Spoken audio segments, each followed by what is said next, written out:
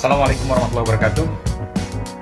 Setelah kemarin melakukan tes, hari ini saya mendapatkan hasilnya, dan dari hasil tes PCR tersebut saya dinyatakan negatif COVID-19.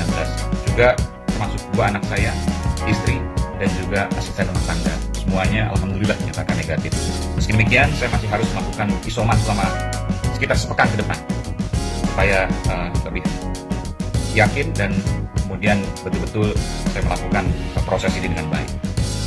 Saya tidak minum satupun obat, saya hanya mengkonsumsi jahe merah dan rebusan daun sirih merah, dan vitamin C pun juga vitamin C yang biasa saya konsumsi sehari-hari sejak jauh sebelum pandemi. Dan saya merasa sangat berbahagia bahwa teorinya benar bahwa memang ini adalah self-limiting disease yang akan sembuh sendiri, ya, penyakit yang memang sembuh sendiri.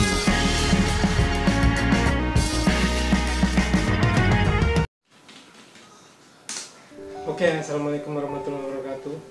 Menanggapi teori-teori yang benar-benar dibanggakan, gue sebagai orang kecil, Ahmed ya, gue seorang surveillance, tapi ini topik berat. Oke lah, gue sebagai orang biasa ya.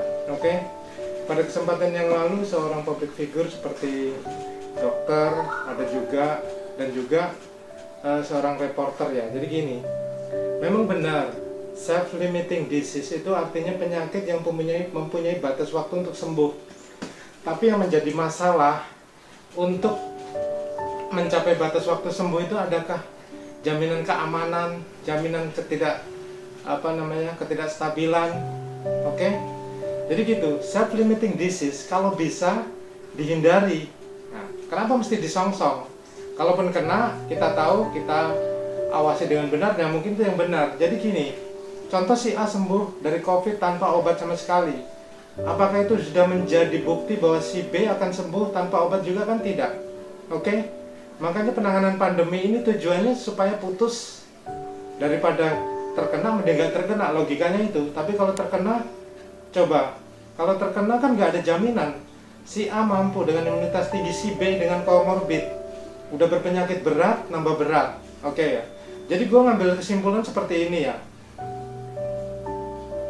Self-limiting disease seperti contoh penyakit virus itu rata-rata yang saya ketahui, contoh nih, saya ambil contoh DBD, demam dengue. Ini adalah self-limiting disease ya. Tetapi dia mempunyai masa kritis.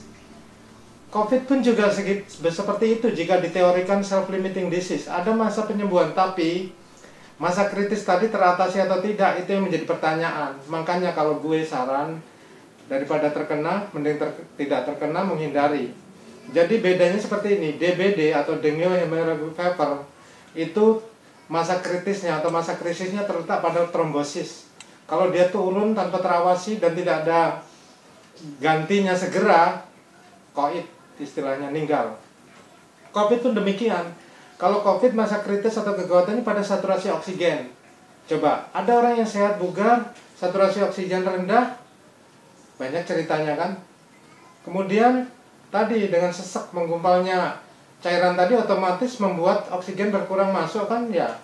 Namanya organ vital kita yang ketutup itu pasti akan bisa meninggal. Jadi intinya gini, ketika ada seseorang sembuh tanpa obat pun, ya tadi dengan teori self-limiting disease dia berarti. Tetapi pada orang dengan komorbid, anak kecil, orang tua, mbah-mbah, renta, penyakit jantung dan macam-macam, adakah yang menjamin itu?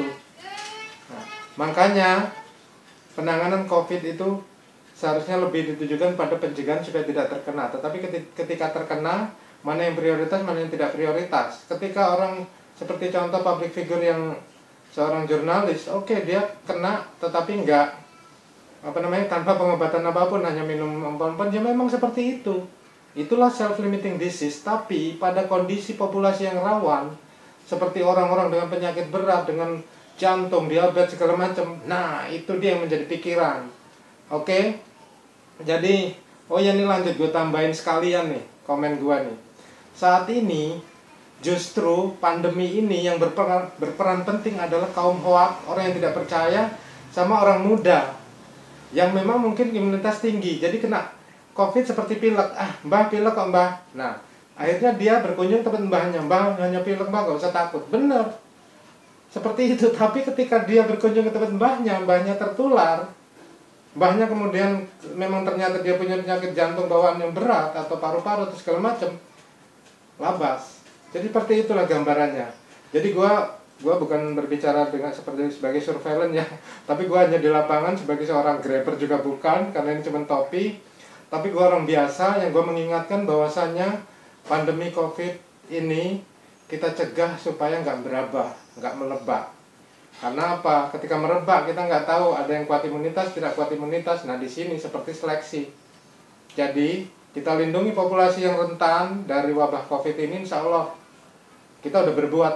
Daripada kita sombong sok-sokan, saya nggak apa-apa kena COVID cuman flu pilek. Tapi ketika itu dia nggak nyadar. Contoh si A di kota kena flu pilek, kena COVID lah bahasanya. Nggak nyadar, gergesin 2 hari pulang lah ke kampung bentar, jenguk mbah. Di situ mbahnya lagi kondisi berat, penyakit bawaan. Mbah nggak apa-apa kok. Oh gimana nih? Sehat? Iya mbah, cuman pilek aja kecil. Mbah. Cuman pilek aja ini yang menjadi pertanyaan. Ketika dia memapari mbahnya, mau bilang apa? Oke, terima kasih, tetap semangat dengan apa yang telah kalian bagikan dan apa yang saya respon. Mudah-mudahan ini semua bisa menjadi bahan pertimbangan juga. Gue bangga dengan orang-orang pintar Indonesia yang mengatakan begini begitu dan mempunyai teori segala macam, tapi di lapangan juga harus dipikirkan. Seperti gue orang kecil, gue menganalisa sekitar saya saja, tidak perlu yang lebar-lebar. Mudah-mudahan tetap bersemangat. Indonesia bebas COVID, insya Allah.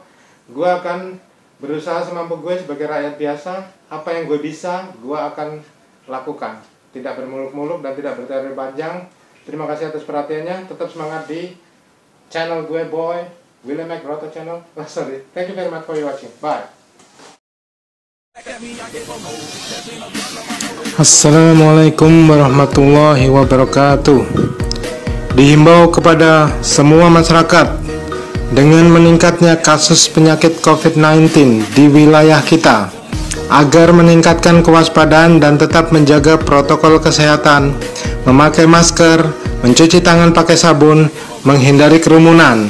Jangan bersikap ceroboh, sombong, dan jumawa. Jika mengalami batuk pilek, demam diikuti seluruh persendian ngilu, segera mawas diri dan isolasi mandiri, serta serahkan kepada yang sehat untuk mencarikan obat dan konsultasi kepada petugas kesehatan setempat. Segera istirahat dan manfaatkan herbal, pon-pon seperti jahe, temulawak, temu mangga, dan lain-lain untuk dibuat minuman hangat dan dihirup uap panasnya. Ingat, COVID tanggung jawab kita bersama. Jangan bersikap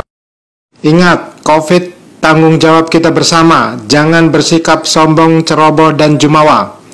Jika mungkin Anda kuat menahan terpapar COVID, tapi ingat, di sekitar kita ada orang tua, anak kecil, orang yang berpenyakit berat, yang mungkin saja tidak mampu bertahan ketika terpapar.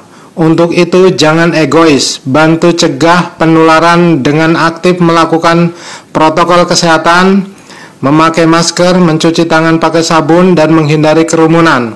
Jika ingin orang yang kita cintai terhindar dari COVID-19, mari kita berusaha cegah COVID-19 dan selebihnya kita serahkan kepada Allah Subhanahu wa Ta'ala. Amin. Semoga bermanfaat. Ingat pesan ibu, pakai maskermu, cuci tangan pakai sabun, jangan.